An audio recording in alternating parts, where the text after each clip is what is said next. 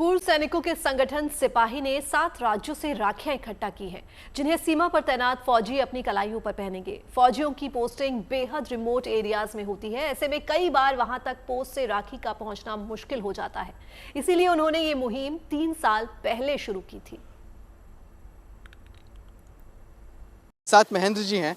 Sir, किस तरह से ये मुहिम शुरू हुई? ऑपरेशन सिंदूर के बाद पहला रक्षाबंधन, इस बार ये कितना खास है? ये तीसरा साल है और ये मुहिम शुरू हुई थी 2023 से। हम पूर्व सैनिक हैं और हम इस भावना को बहुत अच्छी तरह से जानते हैं कि जब रक्षाबंधन आता है तो सारे सैनिकों की राखी नहीं आती। अगर किसी एक की आ गई तो चुपचाप जाके वो मंदिर में बंधवा लेता है कि मेरे बाकी दोस्तों को तकलीफ़ हो जाएगी, उनको बुरा लग जाएगा।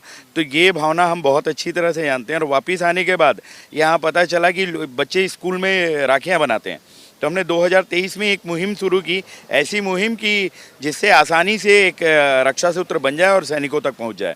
हमने ये बनाया कि एक लिफाफे में एक चुटकी मिट्टी डालिए सैनिकों के तिलक के लिए, एक राखी डालिए और उनको एक पत्र लिखिए कि भैया आप हमारी रक्षा करते हैं, ये रक्षाबंधन है, ये रक्षा सूत्र है, अपने हाथ में बांध लेना, हमारे और हमारे देश की रक्षा करना। और अगर समय मिले आपको तो इसमें मेरा पता है और मेरा टेलीफोन नंबर है, आप कृपा करके मुझे फ़ोन कर देना।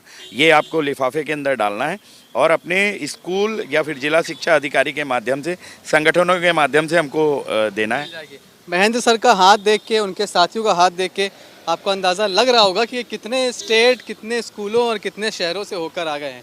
फिर भी हम पूछ लेते हैं एक बार, सर कितने स्टेट होकर आ गए आप? कितने बच्चों से मिले, कितनी बहनों से मिले? 7 स्टेट होके आए और कौन से?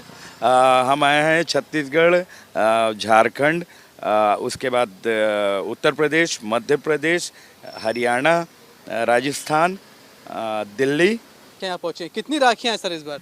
इस बार है लगभग 12,21,000 के लगभग अभी राखियाँ हैं। पहले साल हमने 6,71,000 राखियाँ दी थी, दूसरे साल 2024 में 9 लाख राखियाँ, और इस साल लगभग 12,21,000 राखियाँ रक्षा सूत्र हैं, जो ये 2 ट्रकों में, सेना के ट्रकों में अभी ला के हमने रख के इसमें डाला है। और ये अभी सैनिकों के पास जाएगी, आर्मी हेडक्वार्टर में जाएगी, वहाँ से अलग अलग यूनिटों में चली जाएगी।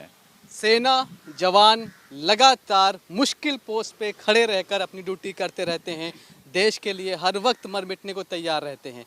लेकिन जब इस तरह की मुहिम दिखाई पड़ती है तो देश वापस से अपने सैनिकों को बताता है कि देश उनसे कितना प्यार करता है, उनका कितना सम्मान करता है। अब ये राखियाँ उन बॉर्डर्स पर पहुँचेंगी, उन पोस्ट पर पहुँचेंगी, और जब ये राखियाँ उन सैनिकों के हाथों में बांधी जाएंगी तो वो भी एक अलग अनुभूति का एहसास कर पाएंगे।